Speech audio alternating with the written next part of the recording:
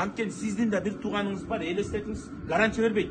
Бул бусик кырсыкка учурабаса да, бул бусикти бирөө сүзүп кетсе, мен каалабайт элем сиздин бир тууганыңызга бир 25-30 жыл мурун өтүп кеткен бинт менен колун ороп туруп, анан кийин 8 жыл өтүп кеткен дарыны оозуна салып аспиринди берип аткан мен каалабайт элем. Чын да, сөзсүн ачыгы да. Азыр профиль түшүндүрүү ишин жүргүздүк, бирок аткарбаса биз чара колдонгонго муктажбыз. Уже сроктор өтө баштапты. Эми сиздики башкаларга караганда более намного лучше деп айта алам да.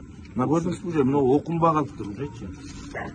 Даже өзү менен келген аптечка экен, э? Германиядан бери. Бул кайсы жылкы машина? Азыр. Энин жылы канча? 2000 жылкы, вот 26 жыл болду. Бирок ичин жаңыртып туруш керексиз. Кардеме кылат? До сөзсүз түрдө караңызчы, могуда кийди аябайчы. Бул деле сиздики деле ошондой эле го дейм, жок өтүп кетиптир ужечи. Срогу деле азыр караңчы.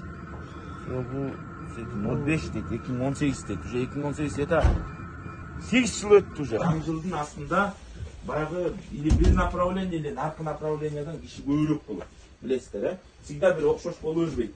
Анан биздин баягы биринен баштап 12 январга чейин өзүңүздөр билесиздер, баягы дем алыш күндөр болуп атат. Дем алыш күндөрүнө байланыштуу элдин агымы баягы шаарда ички миграция бар, ошондой эле эс алгандар бар, келип Каракол шаарына келип алып эс алып кеткендер да бар да. Автоунааларды да даярдаш керек.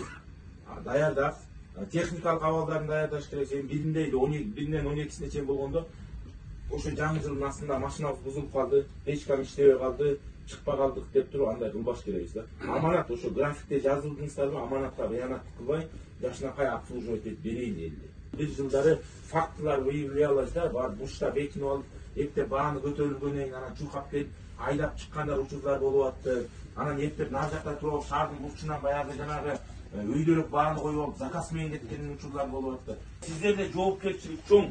Жеңил автоунаада 5 адам боло турган болсо, сиздерде 17-18 адамдан бери баягы ичинде болуп атат. Хорошо байкелер. Сиздерден сураныч, ошол багыт боюнча да жакшы иш алып барып коелу, маселе болбойт. Жолдорго кумбону таш эле чачылып чыкты. Кеп ар бир адам өзүнүн функционалдык милдетин так аткаруу. Депода жолго себип аткан депода ошол жумушка келди да, мамлекеттен акча алып атат да, мамлекет бөлүп берип атат да, ошол ишин так аткарсын. Болду. Биз башкасына киришпейбиз. Так аткарсын, туурабы? Кум деп берилүүбүз, значит кумду сепсин, ташты сеппесин.